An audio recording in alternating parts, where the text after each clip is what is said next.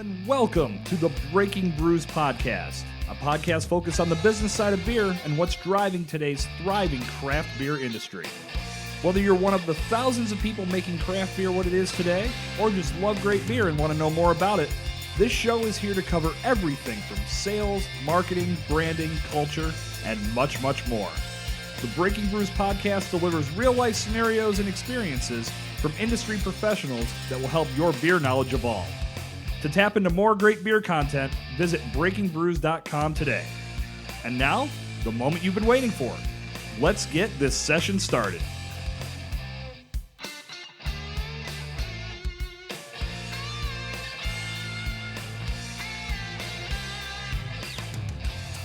Ladies and gentlemen, boys and girls, welcome back to the Breaking Brews Podcast. I'm your host, Jason Cercone.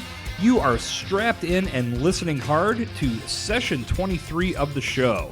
If you haven't done so already, jump back in the archives. There are 22 fresh episodes waiting just for you. You can subscribe to the Breaking Brews Podcast on Stitcher, on iTunes, on Google Play Music, and on Spotify.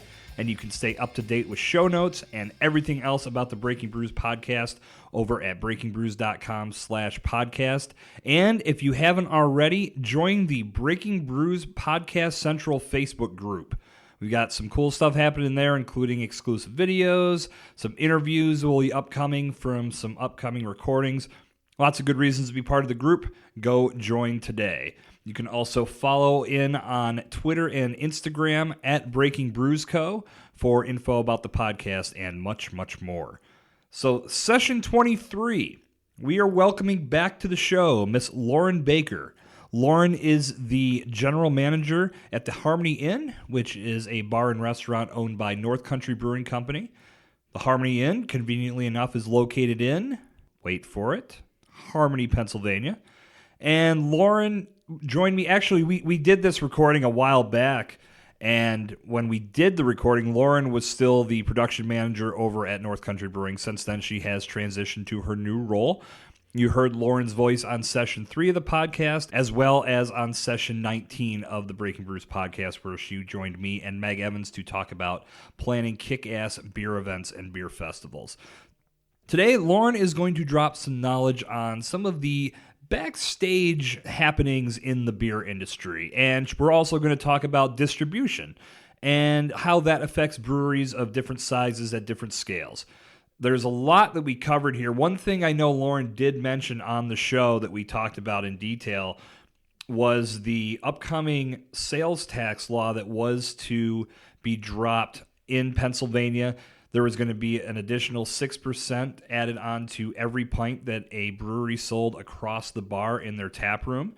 The brewers of Pennsylvania, as well as many, many breweries across the state of PA, were fighting for some changes within that law, and I'm happy to report that those changes did come into effect. There was a great compromise met that would help control what was going to be a major impact on the amount of money that a small business like a small brewery would make.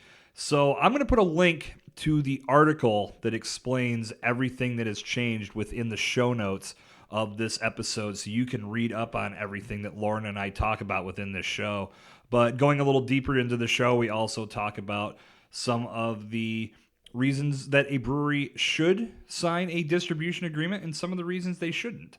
And there's always going to be a time and a place for that conversation for every brewery, no matter what their size.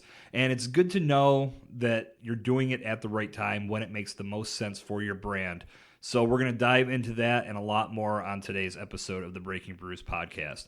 So grab yourself a tasty beverage, turn up the volume, shine up the earbuds. It is time for session 23 of the Breaking Brews Podcast with Lauren Baker. All right, so we are back at North Country Brewing, and we are joined once again by Lauren Baker. What's up, Lauren? Hey, Jason. Thanks for having me. Glad to have you back on the show. So Lauren actually joined us on a past episode. If you want to learn more about her and what she does here at North Country, just jump back in the archives. You can learn all about her. And we had a great conversation about production management and a lot of the things that happen in the day-to-day operations of a brewery. Today we're going to dive into some stuff that I know Lauren's pretty passionate about because we went back and forth via text and Facebook Messenger talking about a lot of this stuff. But we're going to dive into some rules and regulations and state legislations and a lot of the backstory things that you don't necessarily hear about in the beer world. I know us working in the beer world, we hear a lot about it, but from an enthusiast standpoint, you may not hear a lot about this, but I think oftentimes we take for granted how much hard work was put in behind the scenes to get a tasty craft beer into our glasses for consumption. There's a lot of laws, there's a lot of rules and regulations that breweries have to follow, so we want to dive into that a little bit and have a nice discussion to share with everybody today. I think one of the most pressing items on the agenda, at least for us here in Pennsylvania, is the new PA sales tax issue that's risen with craft beer. Now, depending on when you hear this episode, this may already be an issue that was resolved, or it may still be ongoing, but it's something that a lot of breweries in Pennsylvania have spoken out about very strongly, and I'm going to let Lauren fill us in on exactly what this tax involves and how it's affecting the businesses on a day-to-day basis. Yeah, the PA sales tax is something that just kind of popped up as a reinterpretation from the Department of Revenue, a new law that's passed or anything, but it's something that kind of came from, I believe it was the 70s, and I think they've realized that, hey, we need to be taxing breweries as well, and decided to kind of open up and say that they were going to start this. It would be a 6% tax on all beer purchase through a brewery at the tap room. Now, a lot of people would probably say, breweries should be taxed as well. And I do agree that we should definitely pay taxes on the items that we're selling, but we do pay a tax before that. The malt beverage tax is something that we pay statewide and we pay federally. The state tax, every state has excise taxes. So depending on where you're selling your beer, we pay for PA. We sell our beer in Ohio, so we pay them an excise tax. We looked at distributing into West Virginia. They have very high excise taxes. So for Pennsylvania, we are currently paying about $2.48 per barrel every quarter. And that is based off of every beer, every keg that is packaged here. So even if that beer is not sold to a consumer yet, we're still paying taxes on that beer. So essentially, we have the malt beverage tax. That is not a tax that will show up on your receipt when you come in and buy a case of beer. That is a tax that we have already incorporated into the pricing of our beer to our distributors and our consumers. This PA sales tax would be a similar thing where it would just be passed on to the consumer from the suppliers. So essentially, the consumers are paying the sales tax. We were supposed to start that, I believe, January 1st. And a couple months ago, if you're not familiar, Brewers of Pennsylvania is our local state guild, and they are very important. They started a few years ago with just 11 breweries in the state, and now, they have, I think, 170 of all different sizes, small, big. We have a couple meetings throughout the year where they keep us updated on situations like this, but we have a board of directors that keeps a close eye on different things that are going into legislation, and sometimes they happen overnight, and sometimes our lobbyists are able to help take care of that overnight, but sometimes they're not able to.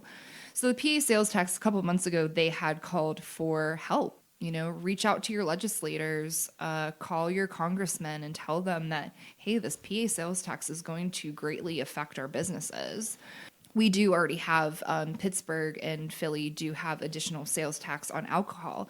That has been a huge problem for them. So I think this PA sales tax, it is supposed to go into effect July 1st of 2019. We still have the opportunity to either push it back or get it dissolved. And I think this really goes into the importance of craft beer community involvement. As a brewery owner, as somebody who works at a brewery, you have the opportunity to reach out and express your concerns to your government about this. It's not something that you just have to sit back and ignore and hope that somebody will take care of for you. Same with, the beer drinker. you're the one that are going to have the sales tax passed on to you. So it's a good opportunity to reach out and voice your opinion about it. You're already paying a little bit extra for your beer because of taxes that we already pay. So it's kind of an interesting position.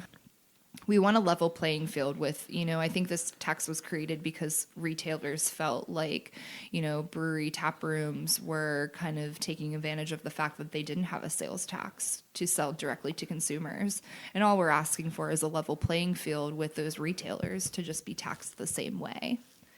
So that's something that's kind of in the works for right now. And like you said, depending on when you're listening to this, it could be resolved. It may not. It may be something that we keep having to work for. But in the meantime, you can visit the Brewers of Pennsylvania website and actually send a letter directly to your congressman or senator, or give them a call yourselves and let them know that, hey, we really don't want this to happen. Our voices are heard. In unity, it does help a lot more. I'll put a link in the show notes for this, that if you do want to, again, see if this is still a thing that's up for discussion, and you can voice your opinion and help. You can click the link and do just that. And like I said, I'll put that in the show notes for you guys. What are some other steps that breweries have done to put this issue to rest, or at least taking some initiative to put it to rest? I think educating the consumers. When a couple months ago, when this kind of came out more publicly, breweries were jumping at the fact to share articles about it and calling for their consumers to get involved. Breweries of PA, another group of guys out there, they did a really good job of sharing that information as well. I think it all has to go with education and making sure that the consumer is informed. Our industry is very unique. Like the food industry, you want to know where your food's coming from. You want to know how much you're paying in taxes for it. Beer is the same way, but you have a closer relationship with your supplier. You may not know the farm that your food comes from, but you know the brewery that your beer's coming from. That's a great point. So Yeah. It makes it a little bit easier that I'm here on a Friday night. We have a bunch of people sitting at the bar. I can talk to 50 people about this issue and let them know, and they may have never heard of it before. I wouldn't expect your average consumer to know something like this unless breweries were talking about it. And that's really what we have to do. Well, despite this and everything that we just discussed, I know you and I have talked about this off the mic, but PA still has it pretty good regarding taxes compared to other states. Am I correct in saying that? Yeah, we have the 48th lowest tax percentage in the country. Now, and to piggyback on that, do you think that's why this tax that we just discussed is something they're thinking about implementing? Honestly, I don't think it's because our taxes are low on alcohol, because it goes back and forth. I honestly think there was somebody out there lobbying to make changes. And this kind of goes into the boom of local craft breweries opening tap rooms and serving beer directly to consumers. I actually saw this comment on one of the Facebook pages that had shared around the BOP website about the sales tax, and somebody commented, they said, "Still not drinking what the distributors are pushing, #fresh." Now, I don't completely agree with what that guy said, and our distributors do a really good job for us, but that kind of shows you the modern craft beer drinkers' mentality about beer being distributed. They know that they can walk into their local brewery's tap room and get fresher beer than what has been gone through a distributor to a retailer. They know that those breweries are more concerned with the quality of their beer than some of their retailers are. They also know that they may be able to, now we don't undercut our local competition by selling our beer for really cheap here. We try to make it around the same price as what you would go to our local distributor or, Giant Eagle for, but some breweries may be doing that.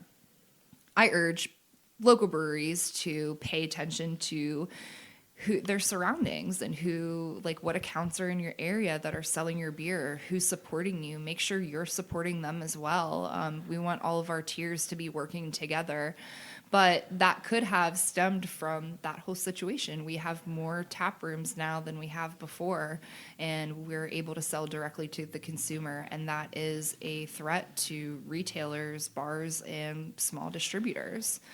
Distributors just went through a couple years ago the changing of selling one.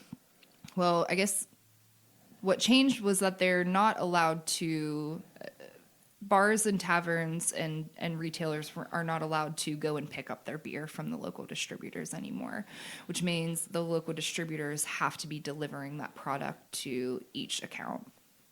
Also, starting the sale of 12-packs, 6-packs, and single cans, crowlers to go.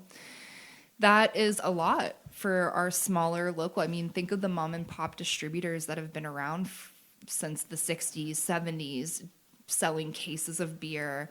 That is what they're used to, and that's how they've been making their money. And the government steps in, changes these laws, that negatively affects their business.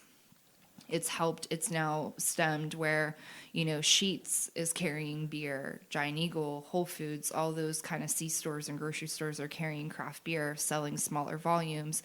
We still have local small distributors that are only selling cases of beer, and that is hurting them. So we have our lobbyists for each tier. And so I do think that this PA sales tax could have stemmed from something like that, which, I mean, we just want it to be fair across the board. So I do understand that. And really, that's what we're striving for. We don't want special treatment. Right. Right. But we just want it to be fair. I was going to say, I know we talked about how loyalty has shifted in the last conversation that we had, and you can go check out that episode in the archives, as I mentioned before. But I think that that's a true testament to how, like you said, the modern day beer drinker is thinking about that freshness. I've always looked at it through a different lens. I feel like the local beer scene it's tremendous, especially here in Pittsburgh, where you and I are both a part of the scene. And I think what helped it develop, and it sometimes gets understated, is the hard work that the wholesalers and distributors did to build a foundation for craft beer. Mm-hmm. A lot of this beer that was brought in from across the country, across the world even, it helped open up some eyes to some and give people options. Mm-hmm. And I think from there, we've seen this tremendous boom. And now, yes, we have some tremendous product across the board, and it's fantastic. We're never going to be thirsty. And I think a lot of cities can speak to the same thing.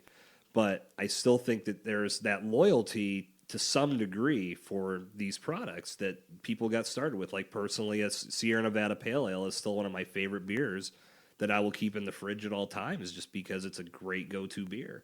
Not born in Pittsburgh, but it's just a tremendous product. And I still think that there are breweries that you don't have to be born in the city to make a good impact. You can have your product distributed across the country and still be good. So I still think that there is, a great place for it. Obviously, it's still selling, or else it wouldn't be here anymore. Yeah. But that's where I get, when I think about all of these taxes and things like that, it seems like the level playing field, other people are trying to not have it that way, and that sucks. And even though we do have very low taxes on alcohol overall, if you look at, so we pay the excise, we pay the malt and beverage tax in PA, and that's $2.48 per barrel, $2.48 per barrel. So that's $1.24 per keg that goes out the door. And then we pay $18 per barrel for the federal tax. In Pennsylvania, the wine and liquor industry do not pay excise taxes in PA. So if we want to talk about a level playing field, then maybe we should look at those industries as well. But that, again, beer has always had a harder time than wine and liquor, being controlled. I mean, there's probably a reason why liquor is not having excise taxes, because our liquor stores are controlled by our state.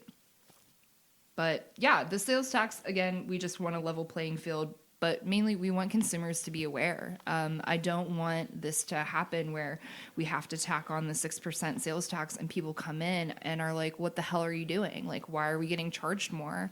That would be thousands of dollars in taxes throughout the year. So if people are aware of it, they at least have the opportunity now to speak up about it. And if you don't, then you might be the one paying the taxes at the end of the day. It's like you don't vote, but then you bitch. Yes. You can't bitch if you don't vote. Well, let's shift gears a little bit and talk about how beer is distributed in Pennsylvania today. Now, we already talked about some of the changes that have happened over the past few years with Now beer is available in grocery stores, and you can buy beer on Sundays. I remember when you couldn't buy beer on Sundays when I had originally turned 21, and I'm totally aging myself here. But yeah, that was crazy times. And I remember specifically a story where we were planning. I mean, you had to always plan for if you were doing something Sunday, you would buy your beer on Saturday. But plans can go awry if you drink all your beer on Saturday. And then you can't get it. Now you need Sunday. beer for Sunday, and how do you get it? Well, the only option was to go to a bar, and I walked into a bar, and they wanted to charge me $28 for a 6-pack of Miller Lite. I mean, they knew they had me where it counted. And if I wanted beer, I was going to pay them.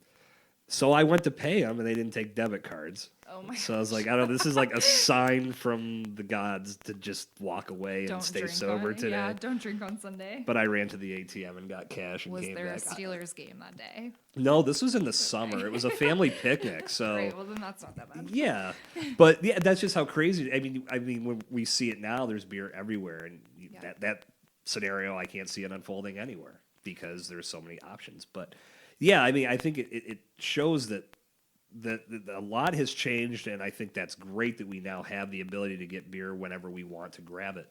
But Lauren, you've been in some other states and experienced some crazy shit that you've told me about. So. Yeah, I think when I moved to Texas 6 years ago, I was in shock. I could go to the gas station and buy a 6-pack of beer. Mm-hmm.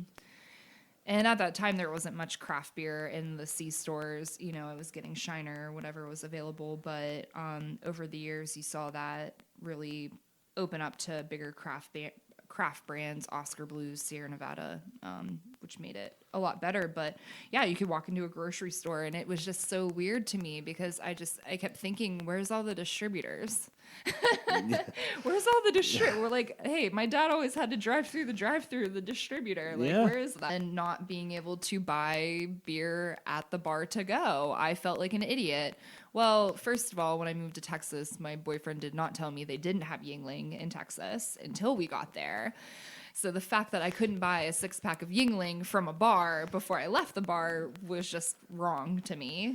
But every state is so different, and you know, whether you're living or working in each one of those states, you have to learn how that works.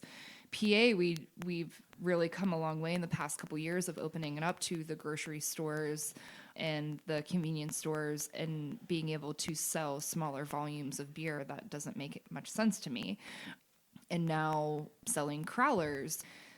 Texas, on the other hand, although they did have, you know, the ability to buy beer pretty much anywhere, you know, their liquor stores are privatized, so they had large craft beer selections in their liquor stores. They still had a lot of really dumb laws. There was a point in time where they banned crowlers. There was only so many places in the state that even had crowler machines. You know, they had maybe invested $10,000 to $15,000 in these crowler machines, and then the TABC, the Texas Alcohol Committee, they stopped in to certain places, and maybe they just found out that crowlers existed, but it became a deal with them that they thought that selling crowlers was technically repackaging somebody's product. So they established, and this is all about how they interpret the laws. They said that brew pubs were allowed to have crowlers. Now, breweries that have tap rooms were not allowed to have crowlers because breweries with tap rooms were not allowed to sell beer to go. Only a brew pub license could sell beer to go. So that's already kind of weird. You know, imagine walking into, you know, any of our wonderful breweries around here that don't have a brew pub license and not being able to take your beer with them. Right. It's heartbreaking. Jesus. Yeah, they basically went to all the bars and told them they had to shut down their crowler machines. And Mike McKim, who is the owner of Cuvée Coffee in Austin, who had a crowler machine, they actually had a crowler event there, 3 3 breweries that would have a competition who sold the most growlers. He ended up taking the TABC to court over it and saying that that was unlawful for them, that it was not considered repackaging. It was no different from having a growler, Right. which were not illegal at the time. So silly fights like that. Certain areas of Texas, if your brewery did have a tap room, you were not allowed to directly sell beer to the consumer. Not even just to go, but to consume there. So breweries found ways to work around it where they would sell you chips that would ultimately get you a beer, or they would sell you a tour for $15, and at the end of the tour you would get 3 beers. However they could do it, they would sell you the glass, and with that glass you could have a beer in it. That's like Prohibition style. Yeah. Here's this pencil. And this is just, very recently. So, but why? Why has it been so hard to get these to change? And why is it, why hasn't the TABC looked at this and said, this doesn't make any sense. We need to change this. This is old. Why couldn't a brewery with a consumer, and why not to go? Big beer influence. Yeah, It has exactly. to be. Yeah. And so you see the certain lobbies, their tiers. So in Pennsylvania, we have 3 tiers, but they're kind of loose because we have, our suppliers, which are our breweries. And then the next tier you have. Now your distributors can have a retail location as well. So we have Vicini's in Millvale. They do have a retail location. Wholesalers are just directly to other retailers. So they're only just getting your beer to where it needs to go to sell it. And then you have your taverns, restaurants, and retailers. Because our districtly, that kind of blurs that tier a little bit. We also don't have any problems in Pennsylvania with self-distribution. That is something that we are very lucky. There's no cap or limit to the amount of beer that you can self-distribute as a brewery. If you get to a 10,000 barrel mark and you have a brew pub license, you have to get a distributor, or you cannot sell any more than your beer, than that 10,000 barrels of beer out into the market. If you have a specific license, you cannot self-distribute. So in Pennsylvania, if you're looking for distribution, you have the ability to self-distribute and not have to go into a contract with a distributor, which is really nice. Looking for a great craft brewery with plenty of beers to enjoy? Check out Noblestein Brewing. Located in the heart of Indiana, Pennsylvania, near the IUP campus, and only an hour from the city of Pittsburgh, Noblestein is a craft brewery with strong connection to their community and diversity in the beers they produce. Their portfolio runs the gauntlet from hazy, juicy IPAs to traditional styles like ESBs and Scottish ales. Their tap room, which overlooks the Noblestein Brewhouse, features free popcorn, food trucks, weekly trivia, and other special events. Grab beer to go via growler fills and can releases, and if you live in the Pittsburgh region, you can experience Noblestein's beer at craft beer destinations throughout the city. Visit www.noblesteinbrewing.com to get the full story and find them on Facebook, Instagram, and Twitter.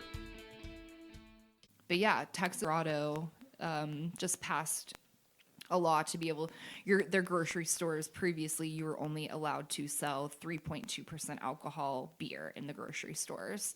The liquor stores there are privately owned and primarily carry craft beer. The liquor stores did not want the law to pass for grocery stores and gas stations to be able to carry anything but it. So anything after 3.2 is considered full strength. They passed that law beginning January 1st of 2019. Colorado grocery stores will be able to carry full strength beer. So that is evolving for them. That is an old law that made absolutely no sense. In a state with such a strong craft beer presence, too. Yeah. That's crazy. So it's funny to me, if you do look at some of the states that have bigger craft beer scenes, we produce more craft beer than any other state. Mm-hmm.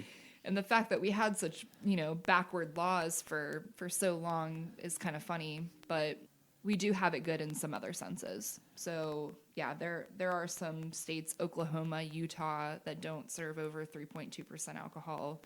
If you look at a map and you see who has the highest taxes on alcohol and who has the most restrictive laws, They're pretty much in the south central part of our country. Yeah. That's where most of it is. If you look at the more New England states, they are a little bit more loose. And it kind of makes sense. You know, you don't always want to tie religion into it, but a lot of those old laws were based on religious things and history. The sales taxes, a lot of those taxes that were developed in different states were to fund things like the Civil War, you know, different wars that were going on, different projects. Our sales tax started with the Johnstown flood. We needed money for the Commonwealth because of the Johnstown flood. And so that's why they passed that law that we're now looking at as the PA sales tax.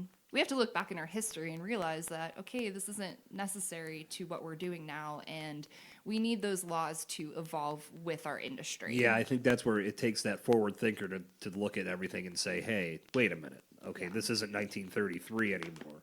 What are we going to do to make sure that this is staying in line with how our industry has grown? Yes. But in Texas, you have Anheuser-Busch owned distributors that have a very, very strong distribution tier. And so they will lobby and lobby and lobby.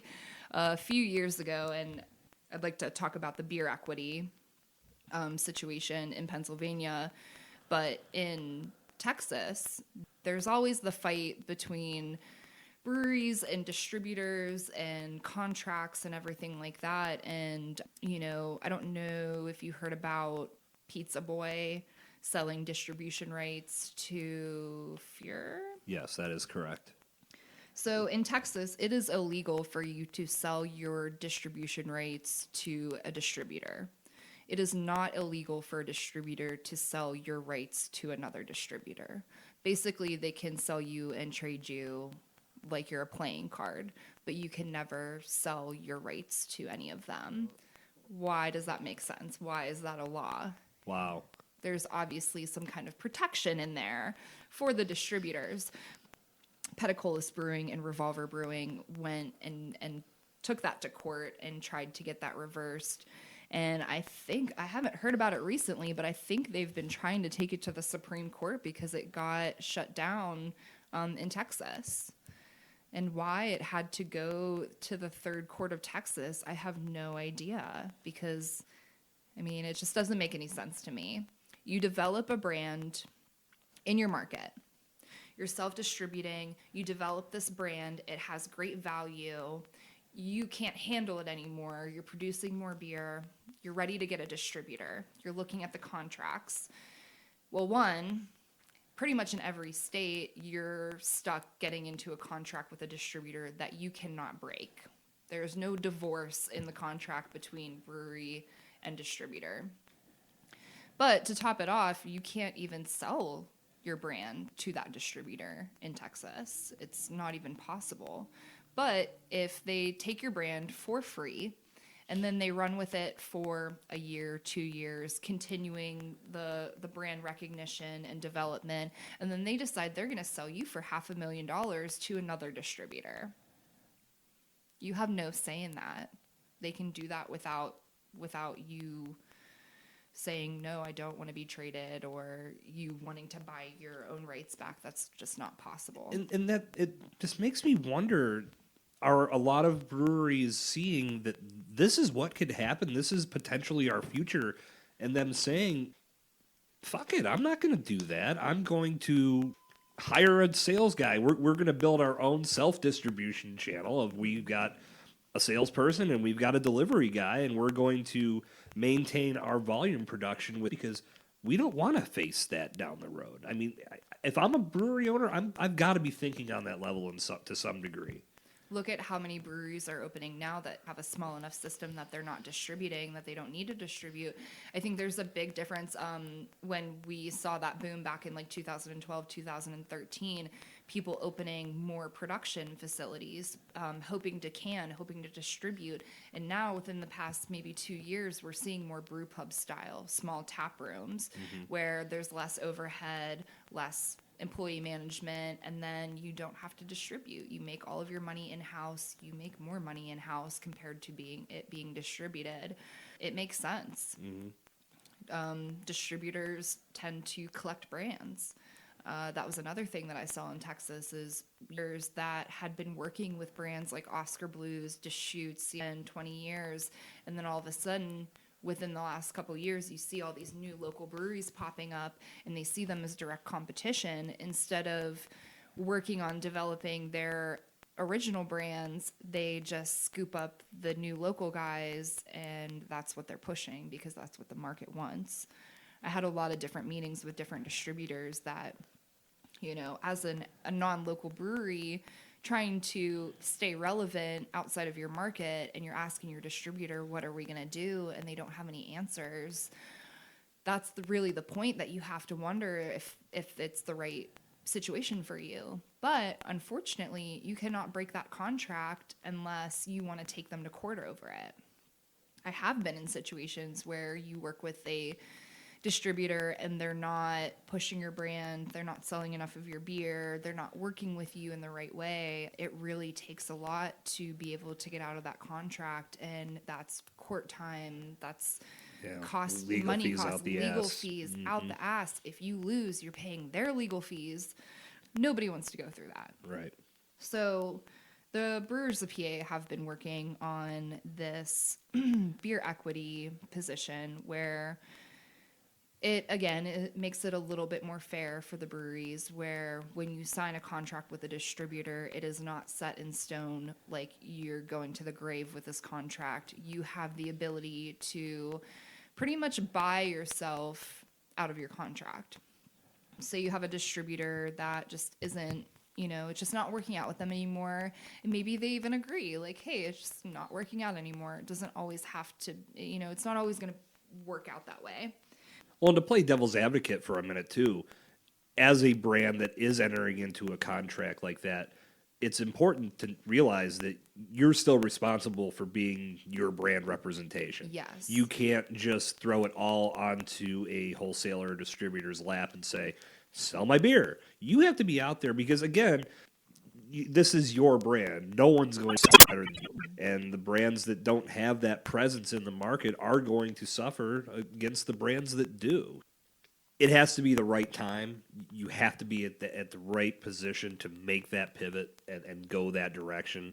But even when you do, you've got to stay on top of your sales. It's always good to have the feet on the street that are just speaking the language of your brand. A lot of people that are getting into distribution, they don't understand that. And when you meet with a new distributor and you're talking about your plans of like, oh, where are you going to sell our beer? And you don't have many distributors that say, we need you to have a sales rep here.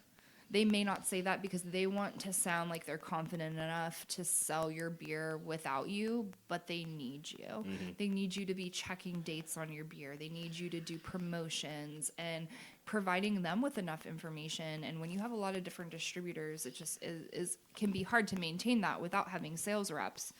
But, there is always a situation that you can get into where you have a sales rep out there, you're paying them, you're pushing them, you have good product coming through, and the distributor still is not working with you or still unable to push your brand. And when you get to that point with this beer equity position, you would be able to have the conversation with them. Okay, this isn't working out. We'd like to maybe look into having a new distributor or even self-distributing. You would be able to pay them an amount. It would be an agreed upon value of your brand to them.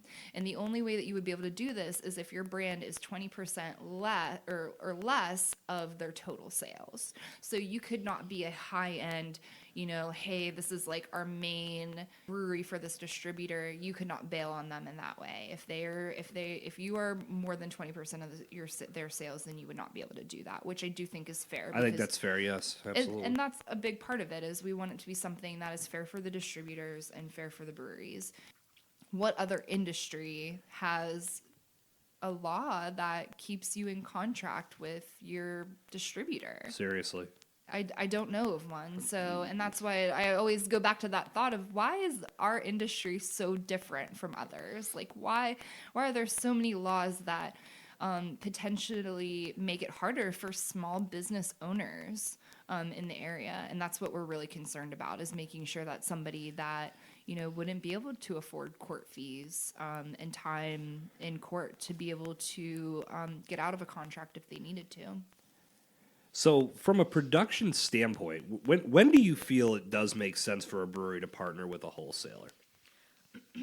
Like their first wholesaler, like just starting to distribute? Yeah, Or basically, you've reached a point to where self-distribution is just not getting the product as widespread as it could be. We have way more beer that we do need to move and find a home for outside of our tap room. Going down this path seems to make sense now. When do you think? I mean, this might not even have a clear-cut answer because every brewery is operating differently. So this may just be a rhetorical question. It isn't being part of our industry. Is every company is so different. Every brewery is so different. Everybody has a different model. You look at like farmhouse style breweries where it's taking them 4 to 8 weeks to produce a beer, where some breweries it only takes them a week to produce beer. That makes it, some people are just turning over beer like crazy in their tap rooms. Some are sending it to sister locations. Everybody is so different. And I think you really have to just be aware of where you're at in your company. You need to set goals, starting with your tap room. Look at how much beer you're going through in a day. Look at how much you're going through in a month. Where are you maxing out? Like, what is your capacity and where are you maxing out and where do you need to grow? Are you producing enough beer where if you start maxing out your tanks that you can afford to buy a new tank, or is that going to be a struggle for you? I think we have had, different situations in the past year where we didn't have enough beer. We didn't have our own canning line for a little bit. And I had to have an uncomfortable talk with our distributors and tell them, I'm not going to be able to produce enough beer for you to have the same kind of orders that you've been having in the past year. And that could affect their sales. And they don't want to hear that. But they worked with us. They were willing to work with us, and they understood, and we still kept beer out in the market. Now, you have a brewery that is looking to get into distribution. What happens when you sign up with a wholesaler and you can't produce enough beer? You lose shelf space, you lose tap lines, you're going to discourage your sales reps at the distributor, you're going to, piss off the guy in the warehouse that people keep ordering that beer from him and he hasn't had any in 6 weeks. You can really ruin your relationships if you jump into distribution ahead of time and you're not ready for it. And so I really think that you need to plateau in your tap house. If you are producing way more, if you are already producing more beer than your tap room can handle, and you are self-distributing more than your staff that you have self-distributing can handle, and it's not just by a few kegs, or I see people that self-distribute and they have their delivery driver is also a brewer and bartends in the tap room and clean kegs and might also be the owner. You're not maxing out that time. You just don't have enough time to do it yourself, or the person, is a little bit thinned out there. If you've maxed out your staff, you've maxed out your time, you've maxed out your tank space, don't do it until you get to that point, because it's going to be so hard to go back from that. You launch a new breweries that just sign up with a distributor and you send them beer and you're like, all right, there's my beer. Well, it's not the right way to do it. You need to schedule events. You need to do staff trainings for the distributor. There's so much that goes into a distributor relationship that a lot of people don't realize, that it does take so much time. It is not just you sending beer to the distributor and then they deliver it to the bars. That is not how it works. You need to be able to afford sales reps. If you think that it is time to pay somebody a livable wage to sell your beer, you need to pay them commission. You need to pay them for their mileage. They'll be out there buying beers for people. If you can't afford that, then you can't afford to distribute. If you don't have your sales rep, then you have the potential to fail there. And brand recognition. Are you looking at going into a market that people don't know anything about your beer? Well, you're going to need to plan for that then. There are a lot of breweries out there that have gotten national attention. And so it will be easier for them to start distributing outside of their market with people knowing their name outside of their area. If you're a small town brewery and nobody's heard of you in the next town over, then how would you expect to be able to distribute your beer and have people buy it? So I think that's a big part of it too, is like you need to make sure it is pretty widespread, or you may fall flat when you try to launch your beer and it may not move very well. We've experienced that out in Philly, where we didn't have enough there promoting our beer. Even though we're on the other side of the state, a lot of people didn't know who we are. And even just with the amount of breweries that we have in all of our areas now, we've had people tell us we're 30, 45 minutes from Eastern Ohio, and we've had people tell us they're like, oh, you're not local. Well, we're only 30 minutes away, but there's so many breweries in that area now that you're not considered local. So I feel like the bigger, older breweries did have an easier time back in the day, because they were the only ones out there. Have you ever heard that about North Country? Because you're an hour north of Pittsburgh. Has anybody ever said that you guys aren't local to Pittsburgh because you're an hour outside of the city? I think North Country has done a better job at maintaining a local feeling of presence in the Pittsburgh area. I would agree with you there. I just wondered, because some people have a very jaded viewpoint of what local truly is, and I've always looked at it from a regional perspective of if you're selling a good core amount of your beer in Pittsburgh, I consider you a local brand. Now that just may be my viewpoint. However, some people, I just want to know if you'd ever come across this in your travels. We do hear that. And I mean, we are excluded from things like the Pittsburgh Brewers Guild or, different stuff like that where, we're not Allegheny County, but we are close enough. But we have tried to have a really good presence down in Pittsburgh as well. We have a concession stand at PPG.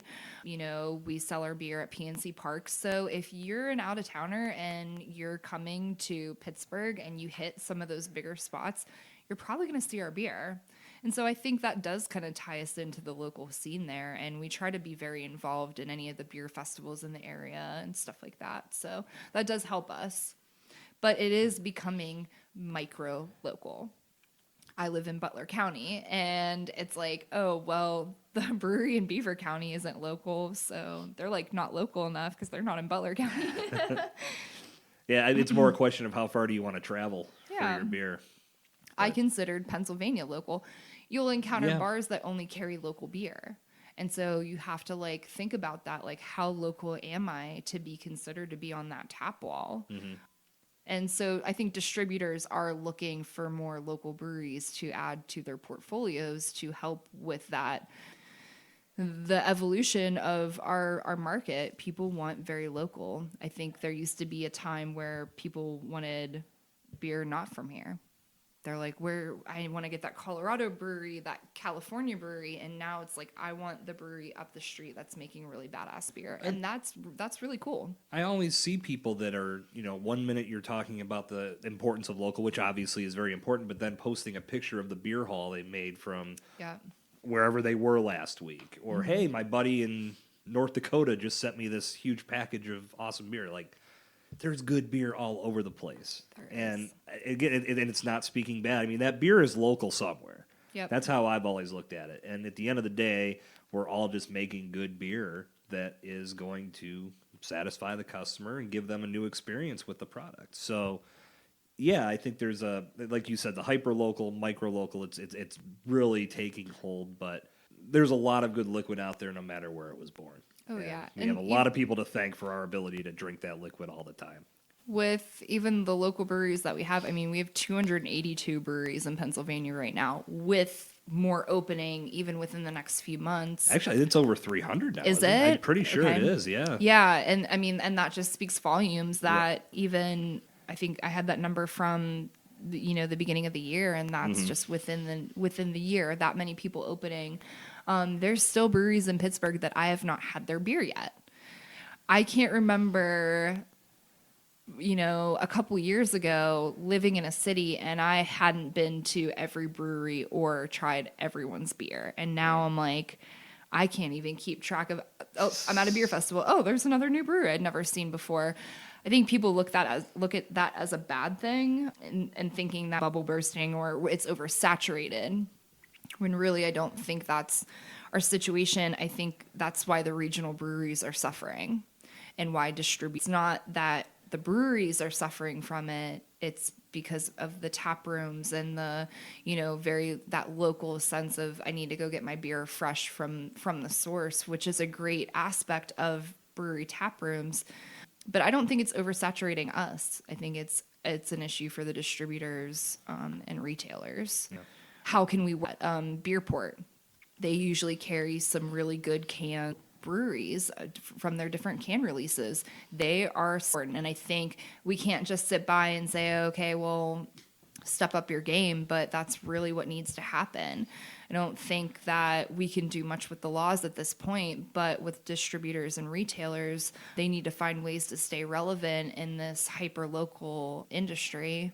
Well, this has been great. I mean, I really think we covered some really good ground, and if I'm walking away from this as a brewery, I think the biggest takeaway is to make sure you're planning accordingly to take that step, because it's not going to be healthy for either side if you're not at a production level that makes sense. But I do want to say before we wrap up, I have to ask, this is going back to our talk about Texas, of all the laws that they have implemented and put into place, what did you tell? So if you're under 21, you can still drink if accompanied by an adult. How did that work? So you have to, which I think this is actually true in Ohio too. I haven't. Really? I just know you guys are going to love this. I served alcohol in Texas, and you are with your parent, guardian, or spouse.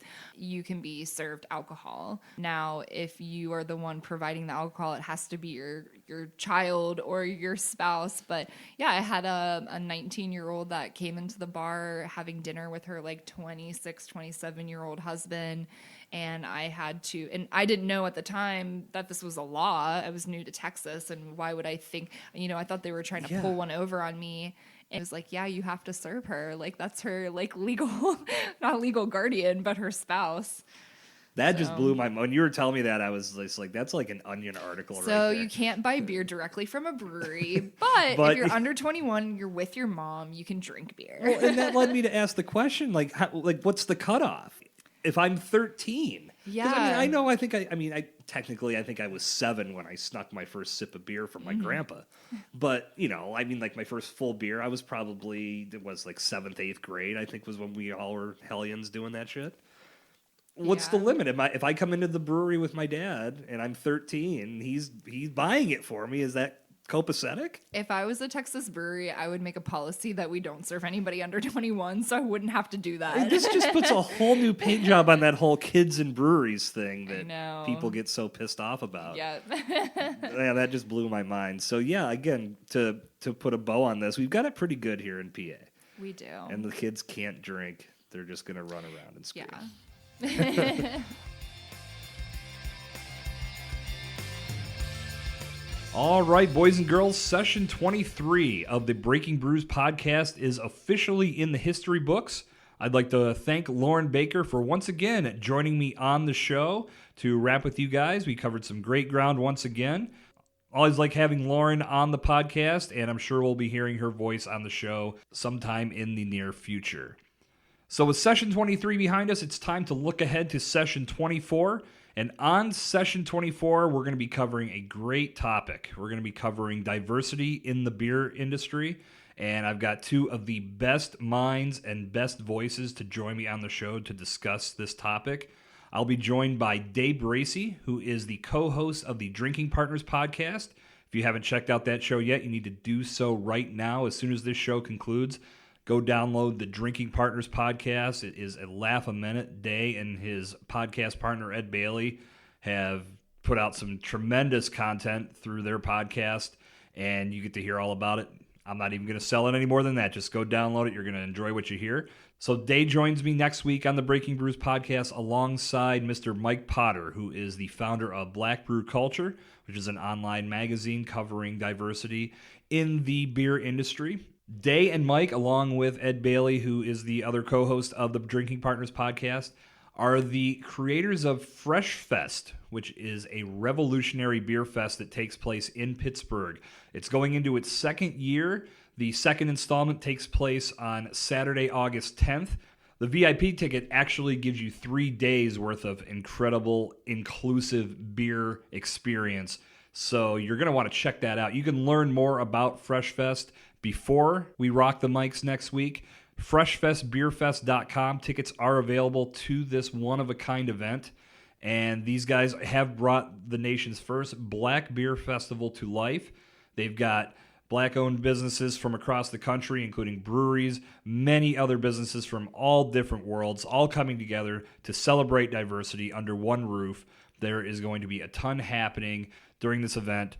If you travel for beer festivals, this is one you're going to want to take a look at, because I guarantee you, you are not going to experience anything else like Fresh Fest. So again, FreshFestBeerFest.com is the link to check out.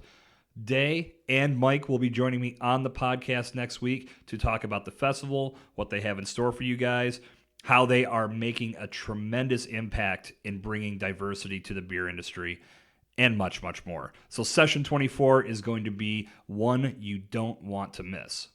If you don't want to miss any episodes, which should be your MO, subscribe to the Breaking Brews podcast on Spotify, on Stitcher, on Google Play Music, and on iTunes. Drop me a review, drop me a rating. Rating the show, reviewing the show, it helps the podcast find the ears of more listeners. I greatly appreciate you taking the time to provide that feedback and to help the show grow and evolve. So that is going to do it. Session 23 is in the history books. Session 24 lies ahead with Dave Bracey and Mike Potter of Fresh Fest Beer Fest. That'll be coming at you next week. Looking forward to it. I hope you guys had a great time today. I know I did. This is Jason Cercone for the Breaking Brews Podcast. This has been the Word of the Port.